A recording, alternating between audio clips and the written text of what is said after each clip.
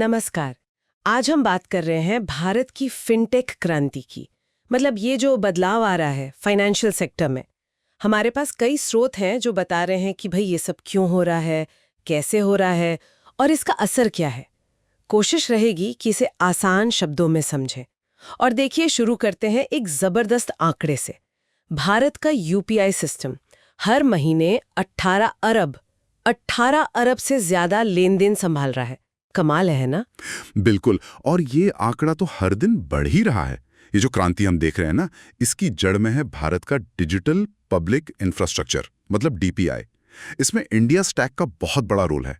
सोचिए, आधार है पहचान के लिए, यूपीआई पेमेंट्स के लिए, भारत बिल पेमेंट्स हैं। ये सब सरकारी चीजें हैं। इन्होंने कंपनियों के लिए ग्राहकों को डिजिटल तरीके से जोड़ना बहुत सस्ता कर दिया है, और आसान भी। और लेन देन वो तो बहुत मजबूत और तेज हो गए। यूपीआई तो देखिए दुनिया भर में एक मिसाल है रियल टाइम पेमेंट्स में। हाँ, और लोगों ने इसे अपनाया भी तो है जबरदस्त तरीके से। आंकड़े बताते हैं कि भारत में फिनटेक अपनाने की दर, मतलब अडॉप्शन रेट, 87% है। चीन के बाद दुनिया में दूसरे नंबर पर। ये तो बहुत ज्यादा है। बहुत ज्यादा। और ये सिर्फ टेक्नोलॉजी की वजह से नहीं हुआ। जैसा आपने कहा, सरकारी नीतियां हैं, फिर इंटरनेट सस्ता हुआ। हाँ, इंटरनेट, आधी से ज्यादा आबादी ऑनलाइन है अब। बिल्कुल। और सस्ते स्मार्टफोन। हाँ, वो भी। ये सब चीजें एक साथ आ गईं। हाँ, तो लोगों ने सुविधा को मतलब हाथों हाथ लिया। सही बात है। लेकिन हाँ, अडॉप्शन रेट तो ठीक है, पर इसका जो असली असर है ना, वो शायद वित्तीय समावेशन में दिख रहा है। ये समझना बड़ा दिलचस्प है। फिनटेक कंपनियां इसी डीपीआई का इस्तेमाल करके उन 19 करोड़ लोगों तक पहुंच रही हैं जिनके पास पहले बैंक खाता वगैरह नहीं था। 19 करोड़, ये बहुत बड़ा नंबर है। हाँ, और ये सिर्फ खाते खोलने की बात नहीं है। डीपीआई का ढांचा ऐसा है कि फिनटेक कंपनियां वो लेन देन की डेटा को देखकर फटाफट छोटे लोन दे सकती हैं, बीमा दे सकती हैं, जिस काम में पहले बैंक हफ्तों लगा देते थे या करते ही नहीं थे शायद। अच्छा, मतलब तेजी से। हाँ, स्पीड और डेटा का स्मार्ट इस्तेमाल, यही असली खेल। जरा सोचिए, डिजिटल उधार का बाजार 2012 में मुश्किल से 9 अरब डॉलर का था, और 2022 में वो 270 अरब डॉलर। 270 अरब। कमाल है। ये दिखाता है कि पैसा उन लोगों तक पहुंच रहा है जो पहले सिस्टम से एक तरह से बाहर थे। तो मतलब ये सिर्फ भुगतान तक ही नहीं रुका, पूरा फाइनेंशियल मार्केट ही बदल रहा है। अनुमान है कि 2025 तक भारत में फिनटेक लेन देन की कुल वैल्यू 150 अरब डॉलर पार कर जाएगी। डिजिटल पेमेंट्स तो खरबों डॉलर का है ही। हाँ, वो तो है ही। लेकिन अब लेंडिंग टेक, मतलब डिजिटल उधार, इंश्योर टेक, वेल्थ टेक, ये सब भी तेजी से आ रहे हैं। और इसी माहौल में तो पेटीएम, रेजर पे, पॉलिसी बाजार जैसे यूनिकॉर्न खड़े हुए हैं। हाँ, बिल्कुल। ये दिखाता है कि कितनी एनर्जी है इस सेक्टर में। और आपका सवाल शायद ये होगा कि भाई, पुरानी खिलाड़ी यानी बैंक, वो कहाँ है इस सब में? हाँ बिल्कुल, पारंपरिक बैंक क्या कर रहे हैं? वो भी पीछे नहीं है, बिल्कुल नहीं।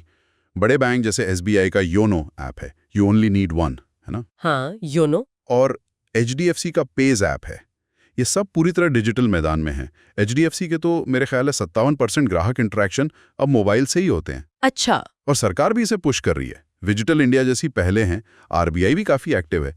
जैसे वो 2025 तक डिजिटल बैंकिंग यूनिट्स बनाने के नियम ला रहे हैं।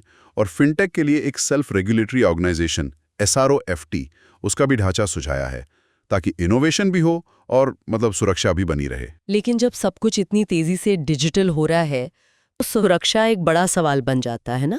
साइबर सिक्योरिटी, ये तो एक चिंता होगी ही, जिसके लिए आरबीआई गाइडलाइंस ला रहा है, जैसा आपने बताया। हाँ, जरूर। और दूसरी बात, पहुंच की। क्या ये सारी सुविधाएं देश के कोने कोने तक, खासकर गांव देहात में, उतनी ही आसानी से पहुंच रही हैं? वहां तो अभी भी कनेक्टिविटी की दिक्कतें हैं, लोगों में शायद उतनी डिजिटल साक्षरता ना हो। कहीं ये डिजिटल खाई को और बढ़ा तो नहीं देगा? देखिए, ये चिंताएं बिल्कुल सही हैं और इन पर ध्यान देना बहुत जरूरी है। साइबर सुरक्षा, ग्रामीण पहुंच, ये असली चुनौतियां हैं, इसमें कोई शक नहीं। लेकिन इन चुनौतियों के बाद भी फिनटेक भारत के 2047 के विकसित भारत लक्ष्य के लिए बहुत महत्वपूर्ण है।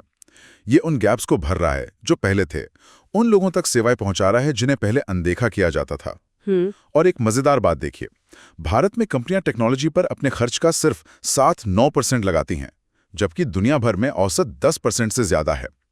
और हमारे कई बैंकिंग सिस्टम पुराने भी हैं। अच्छा, इसके बावजूद? हाँ, इसके बावजूद भारत का फिनटेक इकोसिस्टम अपने इस अनोखे डीपीआई मॉडल, अपने बड़े स्केल और सरकार की नीतियों के दम पर दुनिया में लीडर बन गया है। तो कुल मिला के हमने समझा कि कैसे डीपीआई ने भारत में फिनटेक क्रांति की एक तरह से नींव रखी, लोगों ने इसे कितनी तेजी से अपनाया, 87%, और इससे करोड़ों लोग पहली बार फाइनेंशियल सिस्टम से जुड़े। बिल्कुल। हमने देखा कि कैसे पेमेंट के अलावा उधार, बीमा, निवेश में भी नई कंपनियां आईं, यूनिकॉर्न बने। कैसे पुराने बैंकों ने खुद को बदला और सरकार भी इसमें भूमिका निभा रही है। और हाँ, सुरक्षा और ग्रामीण पहुंच जैसी चुनौतियों पर भी बात हुई। बिल्कुल सही, सब कुछ कवर हो गया। और इस पूरी बातचीत के बाद एक सवाल मन में आता है। हम देख रहे हैं कि फिनटेक कितनी तेजी से बढ़ रहा है और इसका फोकस समावेशन पर है। तो जब ये तकनीक ग्रामीण भारत में और भी गहराई तक जाएगी, जहाँ जरूरतें शायद अलग हों, माहौल अलग हो, तो ऐसे कौन से नए बिल्कुल अप्रत्याशित सामाजिक या आर्थिक बदलाव आ सकते हैं जिनके बारे में शायद हमने अभी सोचा भी नहीं है। ये भविष्य के लिए मेरे ख्याल से एक अहम सवाल है।